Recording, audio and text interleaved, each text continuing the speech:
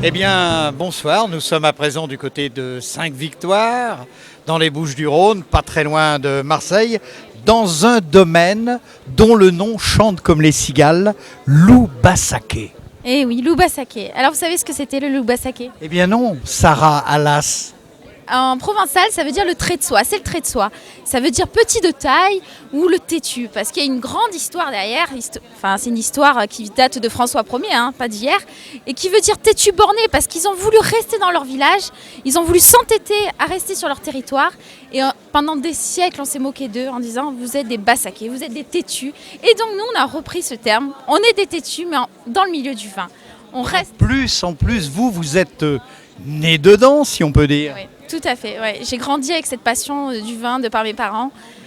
Et oui, je pense que la passion du vin, c'est réellement une passion. On ne devient pas commercial dans le vin comme ça, du jour au lendemain, par hasard.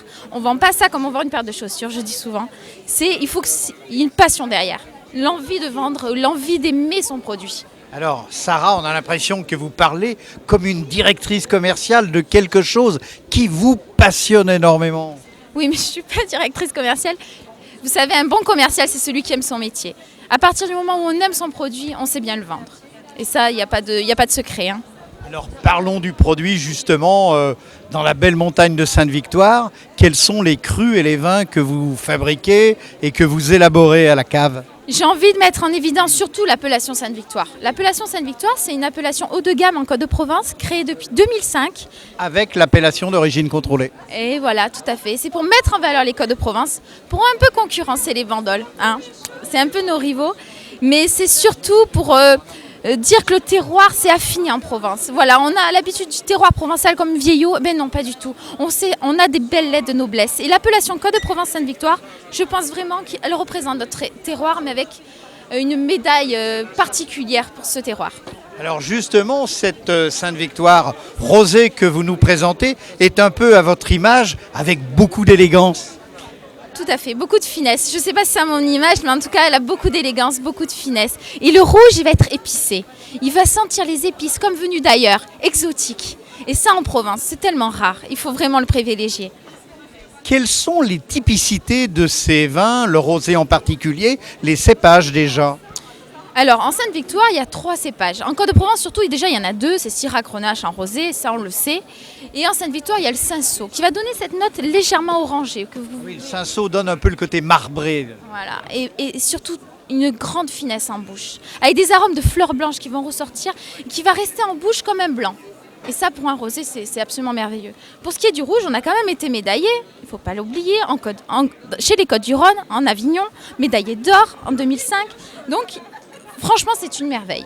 Celui-ci est épicé, c'est le Syrah qui va donner les épices. Le Syrah, le Cabernet, le Mourvèdre, élevé en fût de chêne.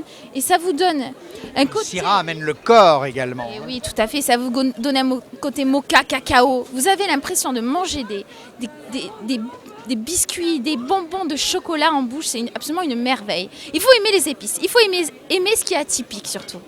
Et vous parlez comme si vous étiez gourmande des choses de la vigne et des choses de la vie. Mais c'est tout à fait ça. On ne peut pas aimer le vin si on n'est pas gourmande de la vie. Le vin représente la vie, le vin fait partie de la vie.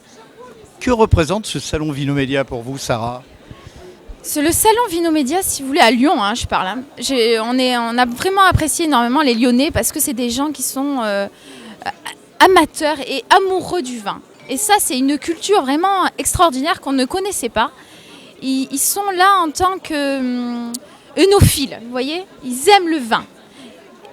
Ils ne sont pas tout simplement là pour déguster ou pour boire. Non, pas du tout. Ils sont là pour connaître le terroir, connaître les vins, connaître les typicités des régions. Et ça, c'est primordial. Et pourtant, Lyon est au carrefour de 6 grandes régions vitivinicoles. Tout à fait. Mais je crois qu'encore, Lyon, il y a énormément de travail à faire parce que les Côtes de Provence, Sainte-Victoire notamment, sont méconnus.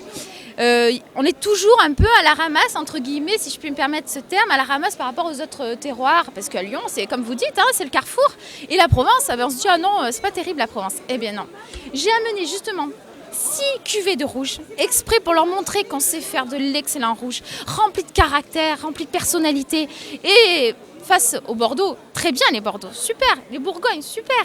Mais les Côtes de Provence, ils méritent d'être reconnus pour leur leur joliesse, leur finesse et surtout leur caractère. C'est absolument incroyable. Vous avez vu, incroyable, beaucoup de typicité, beaucoup de caractère, beaucoup de joie et de sourire, de la brillance dans les yeux également. C'est ça la passion du vin, la passion de la viticulture, la passion de la vigne. Sarah, merci, continuez à être passionnée et on va aimer vos vins, pas que.